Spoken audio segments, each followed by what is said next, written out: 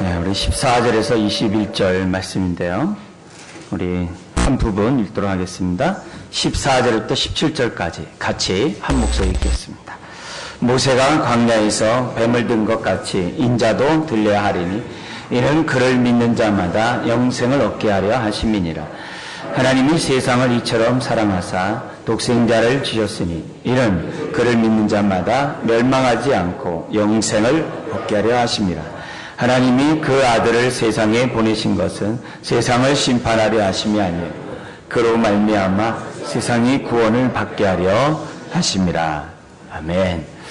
우리가 읽었던 말씀 가운데 특별히 3장 16절 하나님이 세상을 이처럼 사랑하사 독생자를 주셨으니 이는 그를 믿는 자마다 멸망치 않고 영생을 얻게 하려 하심이라. 요한복음 3장 16절 여러분이 잘 아는 말씀입니다. 우리가 지금 방금 봤던 것처럼 이 티보가 이제 우승한 다음에 이 구글에서 정말 그 조회수가 나옵니다. 요한복음 3장 16절. 여기 이제 이쪽 귀에 여기 햇빛을 가리기 위해서 했더니 아이패치가 있는데 다양한 경기 때마다 이제 이 성경 규절을 집어넣고 항상 이제 달리고 그랬었습니다. 근데 그때 이제 요한복음 3장 16절을 해놓은 거예요. 그래서 사람이 이제 구글에서 이제 요한복음 3장 16절이 뭔가 이제 치니까 이제 사람이 이제 요한복음 3장 16절 내용이 나왔겠죠? 근데 그때 조회수가 뭐냐면은 구글에서 1억 2천만 건이 넘어섰다는 거예요. 그 한 사람의 그 아이패치에 붙인 그것 때문에. 그리고 트위터라고 있어요. 우리 젊은 사람들 많이 사용하지만 그것이 뭐냐면 1초에 1만 건이 넘을 정도로 아주 폭발적인 작년에 있었던 얘기입니다. 그래서 그런 일들이 이제 생겨나게 됐고 심지어는 이 티보이라는 이 단어가 이제 영어 사전에 이제 등재될 정도로 아주 이제 선풍적 인기를 일으켰던 그런 사건들이 있습니다. 근데 이 사람이 이제 그날에 이제 10번의 패스에서 이제 316야드, 이제 316이라는 단어가 이제 우리 기독교인들한테 굉장히 익숙한 단어가 되겠죠. 그죠? 요한복음 3장 16절 있으니까. 이제 그래서 놀라운 일들이 있었는데 알고 봤더니 이 사람의 부모가 필리핀 선교사였고 이 아이가 임신했을 때 하도 출혈이 심해가지고 의사가 이 아이는 종양과 같기 때문에 산모를 살리기 위해서는 빨리 이제 수술을 해야 된다라고 했던 그런 아이였대요. 근데 그 부모가 이렇게 기도했답니다. 주여, 이 세상에 또 한 명의 설교자가 나오길 원하신다면 그 생명을 제게 주십시오. 제가 그를 설교자로 키우겠습니다.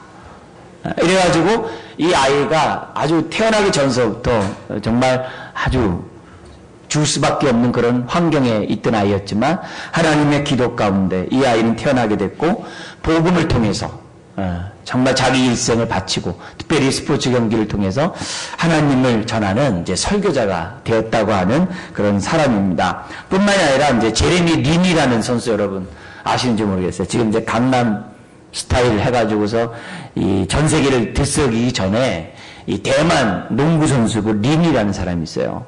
이 사람도 키가 작아요. 191cm 밖에 안 되는, 우리가 있을 땐 거인이지만 미국 농구사에서는 난쟁이거든요. 근데 아무 이렇게 후보 선수로서 이곳저곳 떠돌아다녔던 그 사람이 어느 날 갑자기 주전 선수가 부상을 당한 거예요. 그 벤치에 앉아있던 사람이 뛸 선수가 없으니까 네가 나서 뛰라는 거예요. 근데 이 사람이 막 리바운드를 잡아내질 않나, 막 던진 것마다 이 농구 그 골대 들어가질 않나 해가지고서 우승을 한 거예요. 그 다음 경기 내는데 또 우승해. 또 저희 이제 그 9시 뉴스에서 이 사람이 몇 번 나온 걸 봤어요. 예, 아주 돌풍이 일으켜가지고서 이 사람 역시 미국 사회를 아주 흔들어 놨어요. 근데 이 티보와 이 린의 그 공통점이 있는 거예요. 경건한 부모 밑에서 어려서부터 신앙생활을 했고, 그리고 두 팀이 아주 이제 패배하게 되고 어떤 정말 힘을 발휘하지 못했을 때 두 사람이 나타나가지고 우승을 이끌고, 그리고 핸디캡을 갖고 있는 거죠. 이제 티보 역시 이제 쿼터백에서 공을 던지는 사람인데 달리기는 잘하지만 패스가 미약한 사람이라 했는데 마지막에 그 던진 거 보셨죠? 그걸 받잡고 막 열심히 뛰어서 이제 터치다운 해가지고 했던, 우승하게 했던. 그러니까 열악한 조건에 있던 두 사람이 부단한 노력 가운데 정말 이렇게 우승을 일궈내고 또 그들의 삶을 통해서 하나님께 영광 돌리는. 그래서 린이 이런 고백을 했다고 그래요. 그는 그 경기에서 우승하기 1년 전만 해도 기도했대요. 다시 방출되지 않도록 도와주세요. 그러면서 대학 시절의 그 고백이 이랬답니다. 사람이 변하는 건 분명 하나님의 역사다. 사람들을 그리고 나를 변화시키게 하신 그분께 감사하다. 그런 변화를 보며 위로와 만족을 나는 느낀다. 앞으로도 그런 역사를, 그런 하나님의 역사를 이루고 싶다. 미인의 그런 대학 시절에서도 이제 하나님을 의지하고 하나님 앞에 부르짖었던 그런 이제 청년이었던 거죠. 그래서 이런 두 사람을 통해서 다시 한번 뭐냐면 하나님이 살아계심을, 많은 사람들이 그걸 보면서 이건 기적이다 하면서 하나님께 영광을 돌렸던 그런 일들이 있었습니다. 그럼 무엇이 이들에게 이런 일들을 이루게 됐던가? 다른 게 아니라 요한복음 3장 16절. 하나님의 세상을 이처럼 사랑하사 독생자를 주셨어요. 그래서 많은 사람들이 이 요한복음 3장 16절을 통해서 주님을 만났고, 그리고 그런 만남을 통해서 그의 인생들이 변했고, 그리고 그 사람 가운데 많은 사람들이 살아가고 있거든요. 오늘 저와 여러분들도 하나님의 그 사랑 때문에 이 자리에 나와 있고 그 사랑에 의해서 하루하루 살아가는 하나님의 자녀인 줄 믿습니다. 그래서 우리들이 이 하나님의 이거 요한복음 3장 16절은 지금도 역사하고 있고 지금도 많은 사람들이 요한복음 3장 16절의 그 복음을 통해서 많은 사람들이 은혜를 받고 은혜를 나누고 있는 것을 보게 됩니다. 그래서 그런 시점에서 우리가 특별히 이 종료주일 또 우리 사순절 또 고난주일을 앞두고 있는 그런 상황에서 이제 십자가의 설교를 하는 데 있어서 요한복음 3장 16절 너무 잘 알고 있는 말씀이지만 다시 한번 3장 16절에 나타난 하나님의 그 사랑을 우리가 다시 한번 깨닫고 또 체험하고 우리가 맛보는 이런 시간으로 요한복음 3장 16절을 준비했습니다. 그래서 이런 16절을 통하여 하나님의 사랑을 이미 받고 있는 사람들은 첫사랑을 기억하시고 또 그러나 내가 아직 이런 하나님의 사랑을 맛보지 못했다면 하나님 내가 이 사랑 나도 경험하기를 원합니다. 우리 겸손하게 마음을 여는 이 시간이 되었으면 좋겠습니다. 요한복음 이 3장 16절에는 세 부류의 인격체가 나옵니다. 첫째는 이제 하나님이죠. 독생자를 우리에게 주셔서 우리를 구원하시고자 하는 그 사랑의 하나님이 등장하고 또 한 부류는 이제 예수님이죠. 하나님의 뜻을 아시고 우리의 죄를 대신 친히 짊어지신 예수님이 이제 등장합니다. 세 번째 부류는 뭐냐면 사람이 나옵니다. 어떤 사람입니까? 멸망 가운데 있는 사람. 하나님의 진노로 말미암아 멸망을 당할 수밖에 없는, 죄로 말미암아 멸망을 당할 수밖에 없는 사람이 나옵니다. 그러면서 동시에 그러나 주님을 영접하면 그 어떤 누구도 멸망 가운데 있는 자라 할지라도 영생을 얻을 수 있는 그런 사람이 이제 세 번째로 이제 등장하고 있습니다. 그래서 이 세 부류의 사람의 입장에서 우리 또 말씀을 요한복음 3장 16절을 살펴보고 또 이 말씀이 우리 마음 신비에 이렇게 정말 살아 움직이는 그런 말씀으로 남았으면 좋겠습니다. 먼저 첫 번째, 저는 이 멸망 가운데 있는 인간에 대해서 여러분들에게 이 시간 먼저 설명하기를 원합니다. 사람들은 태어날 때부터 죄 가운데 태어나죠. 죄를 짓기 때문에 죄인이 아니라 죄인으로 태어났기 때문에 죄 가운데 삽니다. 태어날 때서부터 우리가 지금 살아가는 그 삶, 우리들의 삶은 하나님 앞에 범죄하며 살아가는 것이 우리들이에요. 비록 사람들 앞에는 좀 윤리적이고 도덕적이고 의롭고 법 없이 사는 사람들이 있습니다. 그렇지만 하나님 앞에서는 모든 사람이 죄인이죠. 왜냐하면 하나님을 영화롭게 하지도 않고 하나님 앞에 감사하지도 않고 심지어는 하나님의 형상을 짐승의 버러지의 모습으로 만들어 놓고 탐욕의 종이 되어 살아가는 이런 모습들은 비록 사람들 앞에서는 의롭고 깨끗할는지 모르지만 하나님 앞에 불경건한 것이 사람입니다. 설령 사람들 앞에서 윤리적으로 도덕적으로 산다 할지라도 그렇지 못한 사람을 비판하기도 하고 정죄하기도 하고 때로는 나는 법 없이 산다라고 자기를 자랑하기도 하는 것이 우리들의 사람의 모습이에요. 이런 모습은 하나님 앞에 가까이 갈 수가 없고 또 하나님의 진노 아래, 하나님의 심판 아래, 멸망 아래 처할 수밖에 없는 것이 인간입니다. 로마서 3장 23절에 모든 사람이 죄를 범하였으며 모든 사람이 죄를 범하였으며 하나님의 영광에 이르지 못하더니 여러분, 그 모든 사람에 죄가 있어요.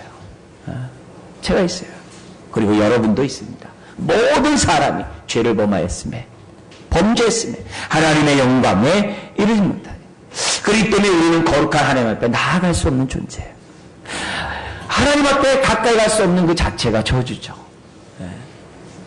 정말 하나님 앞에 가까이 갈 수 없는 그 자체가 우리가 심판 아래, 멸망 아래 놓여 있다는 것을 보여줍니다. 의인은 없나니 하나도 없어요. 사람들 사이에서는 도토리 키재기로 좀 더 의롭게 사는 사람이 있을지 모르지만 하나님 앞에는 다 죄인입니다. 다 죄인이에요.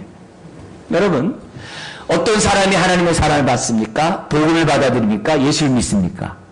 내가 누구인지를 아는 사람이 예수를 믿습니다. 내가 누구인지를 알지 못하는 사람은 주님을 영접할 수가 없어요. 하나님의 사랑을 맛볼 수가 없어요. 내가 죄로 말미암아 멸망 아래, 진노 아래 놓여있는 내 자신이라는 것을 발견해야 십자가 앞에 나오게 됩니다. 내가 죄인인 것을 알지 못하고 죄의 심각성을 알지 못하는 사람은 결코 하나님의 사랑을 맛볼 수가 없어요. 십자가 앞에 나올 수 없어요. 물론 사람들을 따라서 예수를 믿고 나서 주님을 알아가는 가운데 자신이 죄인인 것을 발견한 사람들이 있어요. 중요한 것은 이것입니다. 내가 죄인이고 죄의 심각성을 알고 예수 믿는 사람이나 예수를 믿고 나서 죄의 심각성을 알고 하나님 앞에 회개하며 믿는 사람이나 공통점이 있어야 한다는 거죠. 그것은 뭡니까?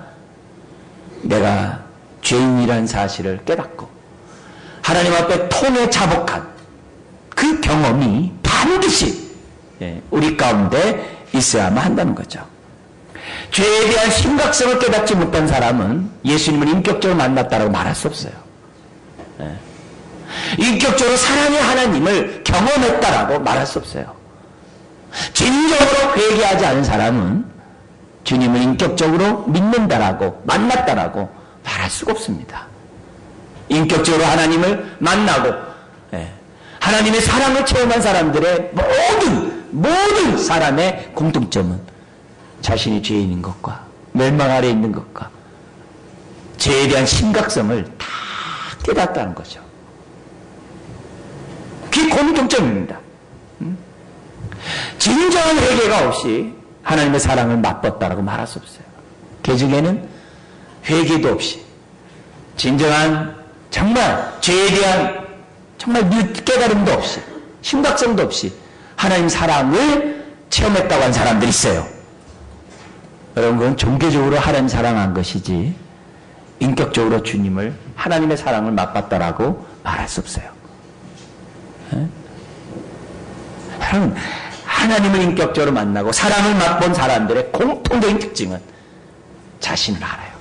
내가 진노 아래 있었고 하나님의 멸망 아래 있었다는 사실을 아는 사람이에요.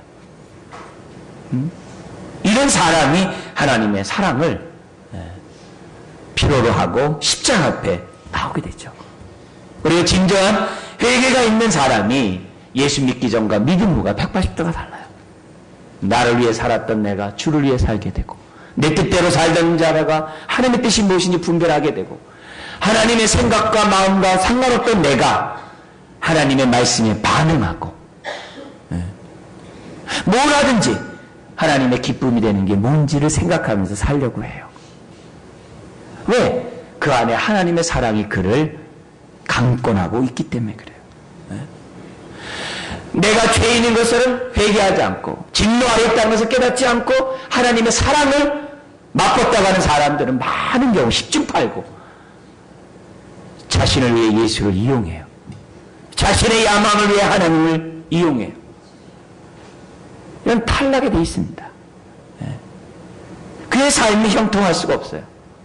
끝까지 하나님의 사랑 가운데 살아갈 수가 없어요. 탈락이 되어 있어요.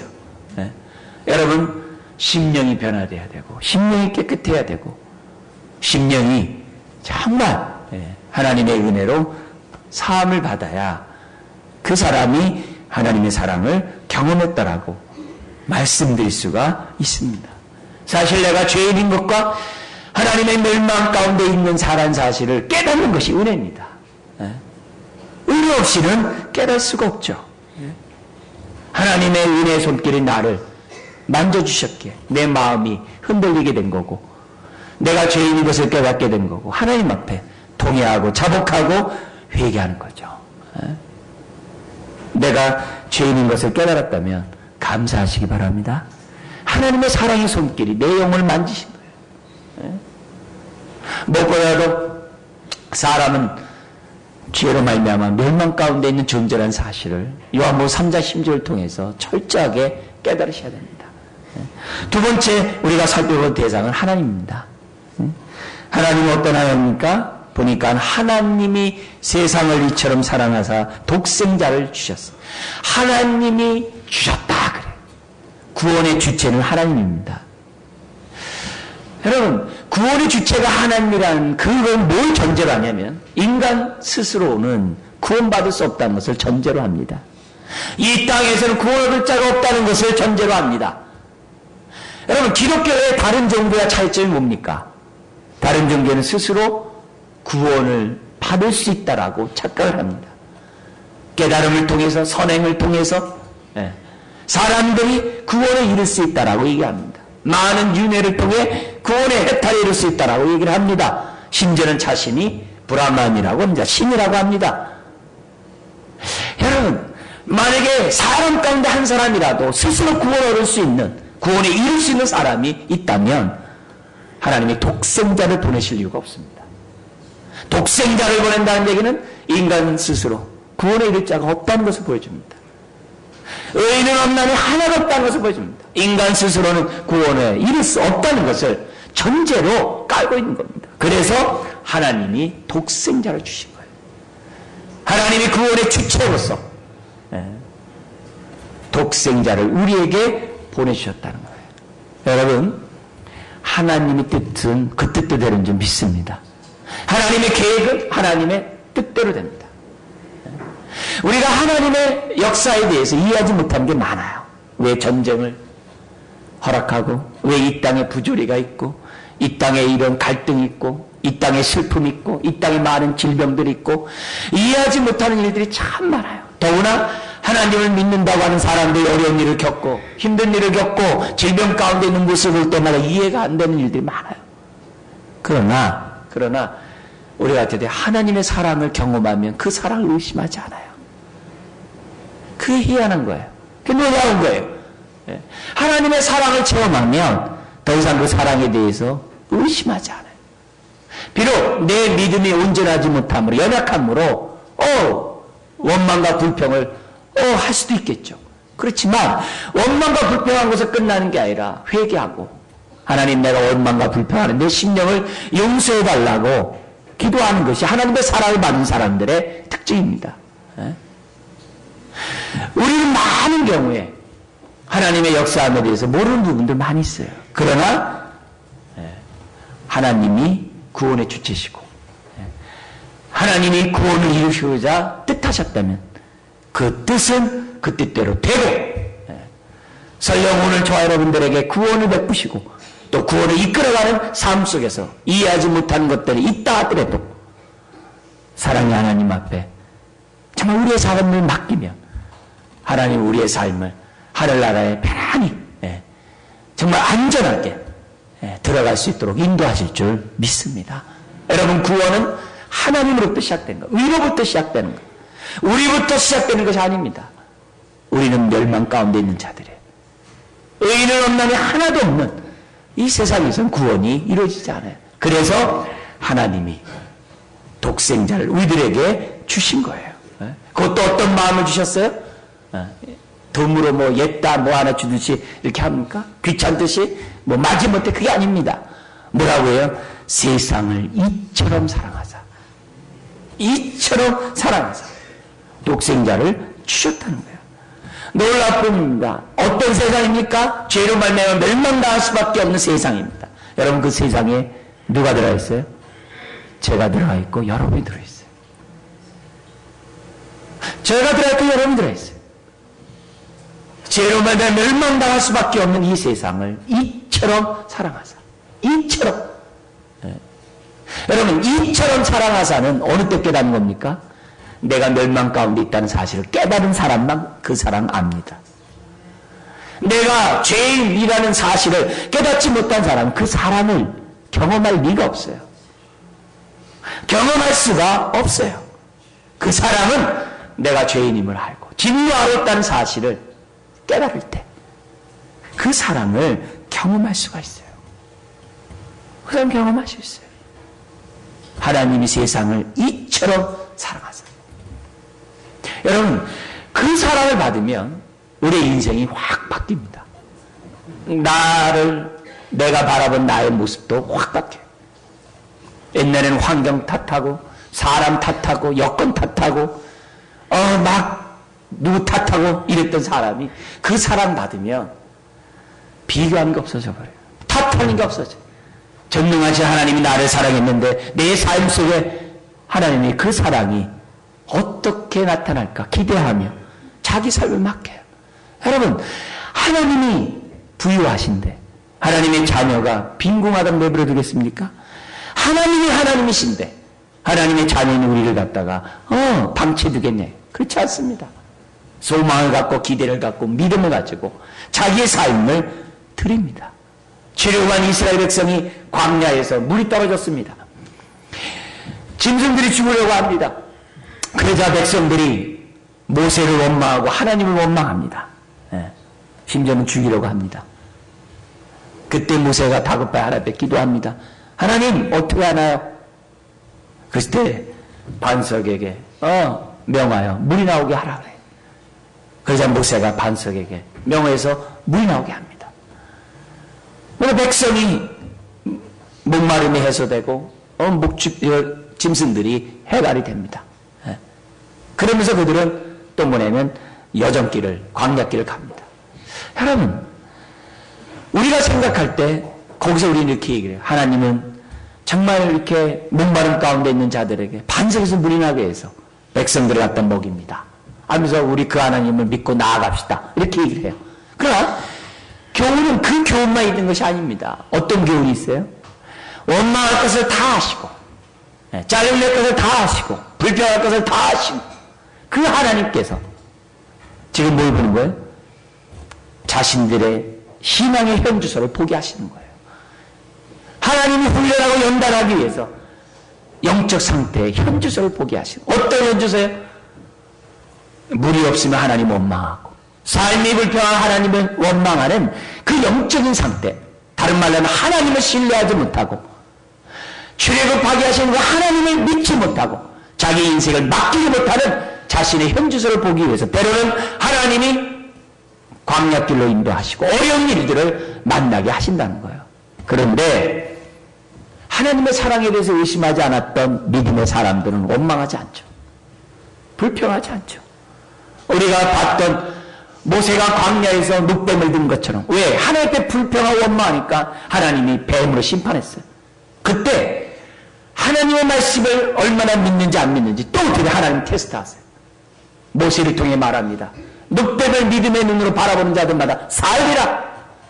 그 앞에 뭐냐면 해독제가 있어야 살지 하면서 안 치다 보는 사람은 죽지만 하나님의 능력을 믿고 그 말씀을 믿고 늑뱀 믿음의 눈으로 바라본 자는 다 살았어요. 다 살았어요. 여러분, 하나님은 저와 여러분들의 삶 속에서 우리의 믿음의 현주소를 보게 해요. 하나님의 사랑을 의심치 않고 내 삶을 던지고 있는가? 여러분, 십자가에 나타난 하나님의 그 사랑을 경험한 사람은 삶 속에서 하나님을 원망하지 않습니다. 왜요? 내가 죄인 되었을 때 하나님은 독생자를 주셨거든요. 더구나 하나님을 믿고 사랑하고 이처럼 예배드리고 하나님의 자녀로서 사는 우리들에게 하나님의 사랑이 끊어지겠냐 얘기예요. 죄인일 때도 사랑이 있는데 오늘 믿음 가운데 살고자 하는 저와 여러분들에게 그 사랑이 끝나겠냐 얘기예요. 앞일이 답답하고 깜깜하고 어떻게 할 줄 모르고 그런 삶이라 할지라도 그때 하나님을 원망하는 것이 아니라 그때 기도를 포기하는 게 아니라 하나님의 사랑을 믿고 그 사랑이 오늘도 나와 함께함을 정말 확신하고 내 삶을 주 앞에 맡기면서 나아간다고 한다면 우리는 하나님의 그 큰 사랑 가운데 우리는 살아갈 수 있고 어려운 삶 속에서도 극복할 수 있고 내일 일을 모르는 답답한 상황에서도 우리는 승리를 정말 우리가 확신하면서 믿음의 발걸음을 내어드릴 줄 믿습니다. 여러분, 하나님의 사랑은 자기를 찾는 자에게 나타나는 게 아니라 우리가 아직 죄인 되었을 때, 원수 되었을 때 하나님의 사랑이 나타났습니다. 본래 하나님은 공의로운 하나님이에요. 공의로운 하나님 앞에는 죄인이 가까이 갈 수 없어요. 여러분, 우리 자신을 보세요. 우리들은요, 자기 수준에 맞는 사람과 같이 있기를 원해요. 그리고 자기보다 높은 수준에 있는 사람과 교제하기를 원해요. 자기보다 낮은 사람과 교제하기 원하는 사람들은 드뭅니다. 더구나 죄인과 같이 벗하며 교제하기를 원하는 사람은 없습니다. 예? 우리도 보세요. 자기보다 못하고 범죄하고 정말 부족한 삶의 사람들에 대해서 좋아하는 사람 어디 있어요? 정죄하고 비판하는 것이 사람들의 모습. 사람도 그러한데 더구나 거룩하신 하나님이 죄인을 어떻게 보시겠어요? 네? 그렇지만 공의의 하나님, 거룩의 하나님이지만 하나님은 사랑의 또한 하나님인 줄 믿습니다. 우리는 공의와 사랑이 조화롭지 못해요. 네? 그러나 하나님은 공의와 사랑이 조화로워요. 그래서 공의 속에 사랑이 있어요. 그리고 사랑 속에 공의가 있어요. 네? 그래서 사랑 속에 공의가 있기에 절제가 있고 그 사랑이 그 사람을 살리는지 아닌지 그때를 알아요. 네. 무작정 하나님이 사랑하는 게 아니라 때로는 어떻게 돼요? 채찍도 때릴 때도 하나님의 타이밍이 있는 거예요. 무조건 채찍 때리지 않아요. 더 때렸다가는 안 되겠다는 건 때도 아세요. 언제 채찍을 때려야 될지도 아세요. 하나님은 공의와 사랑이 조화로워요. 왜? 온전한 인격을 가지신 분이기 때문에. 그러나 우리는 부족해요. 어떤 사람에게는 막 절제할 수 없는 사랑을 베풀고 어떤 사람은 절제할 수 없는 공의를 막 베풀어요. 그래서 내가 싫으면 싫은 거예요. 끝나는 거예요. 하나님은 말씀도 없어요. 네. 그게 우리들이에요. 그러나 하나님의 사랑은 공의 가운데 가까이 할 수 없는 저와 여러분들에게 찾아오셨고 한 몸 되셨고 한량없는 주의 사랑을 베풀어 주신 것을 믿습니다. 죄악 가운데 있는 저와 여러분들의 죄를 예수님에게 전가시키기로 우리 하나님은 작정하셨다는 거죠. 그러니까 독생자를 주신 거예요. 우리가 아직 죄인 되었을 때 그리스도께서 우리를 위하여 죽으심으로 하나님의 사랑을 확증하셨느니라. 다른 때가 아닙니다. 멸망 가운데 있는 자들에게 사랑을 베푸신 거예요. 세상의 신들은 무섭습니다. 세상 사람들이 믿는 신들은 두렵습니다. 그래서 제사를 통하여 달래야 합니다. 그래서 많은 제사를 드려야 됩니다. 신의 마음을 움직여야 됩니다. 염라대왕이 대표적이죠. 염라대왕은 저 높은 그 보좌에 앉아만 있죠. 그러나 하나님은 염라대왕이 아니세요. 우리 가운데 찾아오시고 우리 가운데 사랑을 베푸시는 하나님이에요. 지금도 두 팔을 벌리시며 다 내게로 오라고 하나님 우리에게 초청하고 계십니다. 세 번째 우리가 살펴볼 대상은 독생자 예수 그리스도입니다. 하나님의 뜻을 이루신 하나님의 뜻대로 우리의 죄를 대신 짊어진 하나님의 진노와 저주를 대신 짊어진 예수님이 있습니다. 독생자란 말이 뭡니까? 가장 귀하고 귀하다는 겁니다. 많은 아들 중에 하나 뚝 떼어주신 게 아닙니다. 가치 없는 아들 떼어준 게 아닙니다. 가장 귀한 존귀하고 존귀한 그 아들을 우리에게 줬다는 걸 말해요. 근데 그 아들은 어떤 아들이에요? 죄가 없는 아들. 그래서 성령으로 잉태된 거예요. 보통 생명으로 태어난 인간 중에 의로운 사람은 아무도 없거든요. 다 죄인이거든요. 죄인이 죄인을 대신할 수가 없어요. 오직 하나님의 아들만이 흠없는 재물만이 인간의 죄를 대신 담당할 수 있어요. 바로 그 독생자 예수 그리스도. 예수님이 이 땅에 살 때도 죄가 없다 그랬어요. 이 땅에서 살아갈 때 죄가 없다 그랬어요. 무만 깨끗한 흠없는 바로 그 예수님. 그 예수님을 우리 가운데 보내신 거예요. 그분을 통해서 우리를 구원하고자 하신 거죠.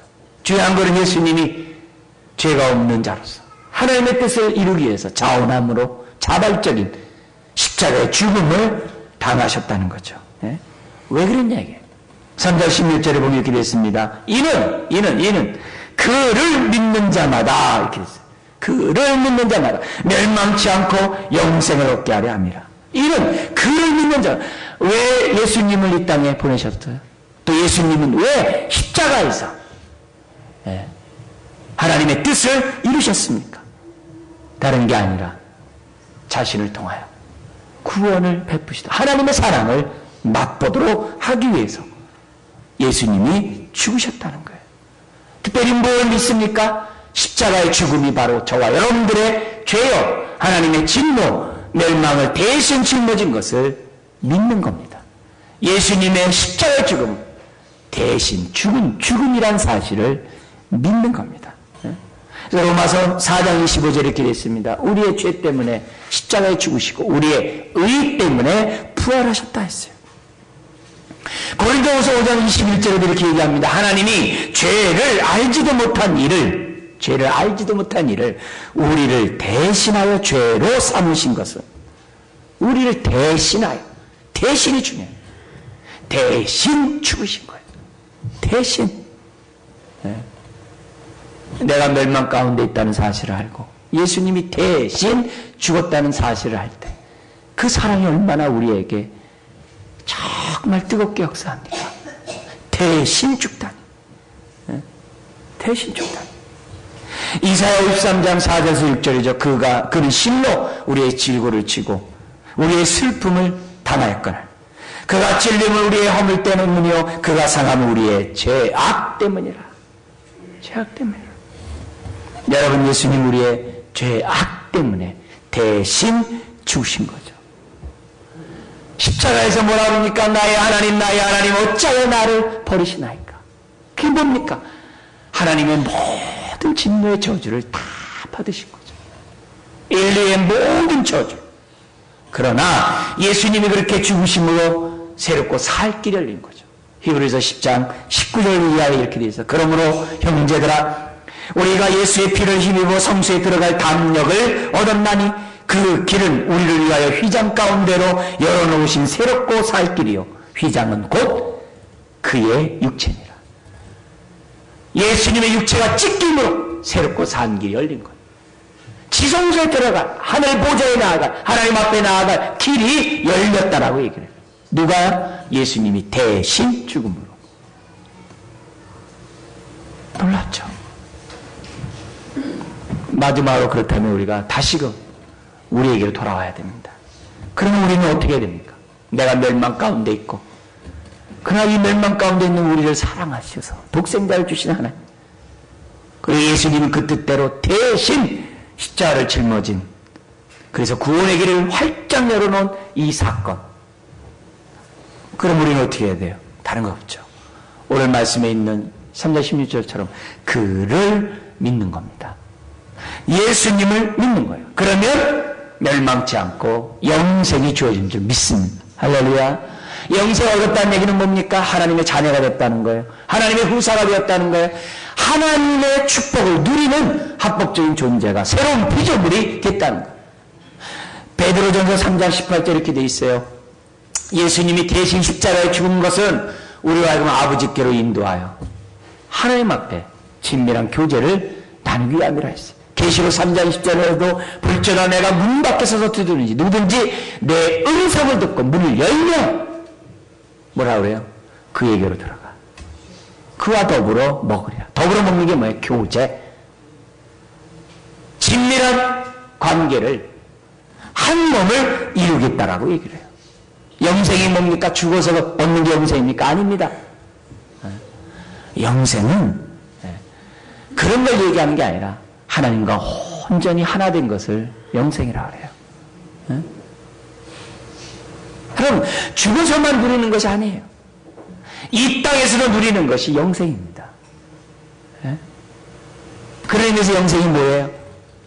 우리가 소극적으로는 죄와 죄책으로부터 자유받고, 현재 죄의 능력으로부터, 오염으로부터 자유받고, 미래의 죄의 형벌과 두려움부터 자유받는 이런 소극적인 것이 뭐 영생이에요. 그러나 소극적인 것만 영생이 아닙니다. 영생을 맛보며 살라고 했는데 뭐예요? 모든 사람이 죄를 범하였으며 하나님의 영광에 이르지 못하더니 그 어떤 자가 어떻게 돼요? 영광에 이르게 됐잖아요. 하나님을 바라보면서 평화를 누리게 되고 또 이처럼 하나님 앞에 나와 예배를 드리면서 즐거워하고 땅을 바라보던 자들이 하늘의 영광을 바라보면 즐거워하게 됐고 이런 것들이 뭐냐면 영생이에요. 로마서 5장에 뭐라고 해요? 그 영생에 대한 축복이 쫙 나오잖아요. 영생 얻은 사람들은 하늘 영광을 바라보며 즐거워한다. 그리고 그 영광을 맛본 사람은 이 땅에 환난 가운데 있다 할지라도 즐거워한다. 광야에 물이 없는 세상에서도 즐거워한다. 왜? 하나님의 사랑이 변함없다는 것을 알고 있기 때문에. 그래서 물이 없는 그곳에서 인내한다. 그래서 환난은 인내를, 인내는 연단은 소망을 이루는 줄 압니다. 여러분, 이 모든 것이 영생이에요. 영생은 단순히 영원히 사는 개념이 아니라 아들로서 산다는 거예요. 하나님의 축복 가운데 산다는 거예요. 예수님이 이 땅에 온 것은 양으로 생명 얻을 뿐만 아니라 더 풍성하게 하도록 위함이라 했어요. 하기 위함이라 했어요. 풍성하도록 하기. 오늘 이 땅에 살면서 풍성한 게 뭐예요? 행복하고 복되고 의롭고 의미 있고 가치 있고 보람된 삶이 풍성한 삶 아니겠어요? 하나님과 더불어 화평하고 하나님과 더불어 교제하고 주님을 닮아가는 것이 영생이 아니겠습니까? 네? 누구든지 믿는 자들은 멸망치 않고 영생을 얻으리라. 영생은 죽어서 얻는 것이 아니라 이 예배 시간에 맛보는 거예요. 예배의 은혜는 다른 것이 아니에요. 나 같은 자가 아버지 앞에 나올 수 있는 은혜를 덧입다니. 그래서 벌써 예배 드려 나올 때 벌써 은혜를 받아요. 그게 정상이에요. 왜? 보혈의 피를 통해서 아버지 앞에 나오게 됐으니 예배를 드리는 그 자체가 나에게 감사죠. 은혜죠. 축복이죠. 예배를 드린 다음에 은혜를 받는 게 아니에요. 예배를 드린 다음에 감격에 빠지는 게 아니에요. 예배 드리기 전에 감격에 빠지는 게 정상이에요. 그게 보혈의 능력을 붙잡고 나오는 성도들이 누리는 축복이에요. 예배는 내 감정에 따라 다른 것이 아니에요. 예배는 보혈의 피를 붙잡고 의지하는 것이 예배예요. 은혜로 드리는 것이 예배예요. 자신의 어떤 마음이 아니에요. 나 예배 드릴 기분이 아니에요. 여러분, 그건 예배의 예자를 모르는 거예요. 은혜가 뭔지 모르는 거예요. 하나님의 사랑이 뭔지 모르는 거예요. 주님 만났다라고 말하기도 어려운 사람이에요. 여러분, 예배를 생각할 때마다 하나님 앞에 나올 수 있는 이 자체가 감사해요. 내 영이 살아나고 또 예배를 통하여 하나님의 영생을 맛보고 더 풍성히 맛보고 그러면 나갈 때 드디어 환난 중에서 즐거워하는 자가 되는 거죠. 예배에서 하나님의 은혜를 회복하지 않은 사람은 어떻게 삶 속에서 하나님의 사랑을 경험해요? 예배 없이 어떻게 그 삶이 하나님의 은혜를 맛보겠어요? 안 되죠. 안 되죠. 여러분, 우리는 예배를 통하여 날 사랑하신 하나님의 사랑을 확인해야 됩니다. 멸망 가운데 줄 수밖에 없는 나에게 예수님이 대신 십자가에 죽게 하신 그 사랑을 우리는 이 우리 예배를 통하여 우리는 다시 한번 경험하고 다시 한번 그 사랑을 붙잡고 우리가 일어설 때 우리의 삶이 곤고하고 어렵고 힘들다 할지라도 믿음으로 나아가는 능력을 덧입을 줄 믿습니다. 반 속에서 선물나게 하신 하나님을 삶 속에서 경험하게 되는 거예요. 사랑하는 성도 여러분, 우리 가운데 혹시 하나님의 사랑을 맛보지 못한 분이 있다면 마음을 여시기 바라요. 또 사랑을 경험했다고 하면서 내가 진노와 멸망 가운데 있다는 사실을 깨닫지도 못했고 이 부분에 대해 하나님 앞에 회개조차 해본 경험이 없다고 한다면 마음을 열고 인격적으로 주님을 영접하시기 바랍니다. 네? 여러분, 이 자리가 주님의 어떻게 보면 마지막 초청일 수도 있어요. 네? 마음을 열고 주의 사랑을 경험해야 됩니다. 그래서 하루하루 사는 것이 하나님의 은혜여야 돼요. 십자가를 볼 때마다 그 은혜가 넘쳐나야 돼요. 네? 아무리 힘들고 어려워도 십자가를 바라보면 담대함이 생겨나야 돼요. 여러분, 하나님의 사랑은 다함이 없다 했어요. 부족함이 없다 그랬어요. 모자람이 없다 그랬어요. 차별이 없다 그랬어요. 그 사랑에 아무리 누려도 허전함이 없는 겁니다. 그 사랑은 누리면 누릴수록 오히려 성경 뭐라 그래요? 풍성해진다고 그래요. 맛보면 맛볼수록 더 기뻐진다고 그래요. 우리가 하나님의 사랑이 지금 강같이 흐르고 있는데 우리가 그 사랑 앞에 우리의 삶을 던져야 될 줄 믿습니다. 발목만 담그지 말고 완전히 그 사랑에 잠기도록 저와 여러분들이 우리의 삶을 던져야 될 줄 믿습니다. 요한일서 4장 9절에 이런 말씀을 합니다. 하나님의 사랑이 우리에게 이렇게 나타난 바 되었으니 하나님이 자기의 독생자를 세상에 보내시면 그로 말미암아 우리를 살리려 하심이라. 여러분, 우리가 죄인 되었을 때, 하나님의 진노와 멸망 아래 있을 때 사랑을 베푸셨어요. 오늘 우리가 이처럼 나와 예배드린 저와 여러분들에게 하나님은 어떤 사랑 베푸시겠어요? 더 큰 사랑을 베푸시죠. 하나님의 사랑은 끝이 없다 했어요. 끝까지 사랑한다 했어요. 여러분, 그 사랑을 믿고 비록 광야길에서 물이 떨어질 수 있어요. 만화의 쓴물을 만날 수도 있어요. 그렇지만 원망하는 자가 아니라 하나님을 신뢰하고 하나님의 사랑이 여전히 나타나는 것을 믿고 인내하면서 나아갈 때 우리는 생수의 강을 맛보는 하나님의 자녀가 될 줄 믿습니다. 죄인 되었을 때 사랑하셨던 그 사랑이 오늘 이 시간 여러분에게도 함께 하십니다. 기도하겠습니다. 하나님 아버지, 하나님의 사랑을 아는 우리로서 하나님의 깊이와 높이와 넓이와 길이 가운데 충만한 가운데 더욱더 사랑 가운데 거하기를 원합니다. 아버지 하나님, 우리가 십자가 앞에 나의 아버지 하나님 멸망과 진노와 저주 아래 있었던 사실을, 잘 아는 사실을 주님 기억하게 해주시고 그때 베푸신 그 사랑을 더욱더 감격하며 감사한 가운데 영광 돌리고 오늘 우리 하루하루 살아갈 때마다 그 사랑에 덧입어서 그 사랑이 강권하여 살아가는 주의 자녀들 다 되게 하여 주옵소서. 감사하며 예수님의 이름으로 기도드리옵나이다. 아멘.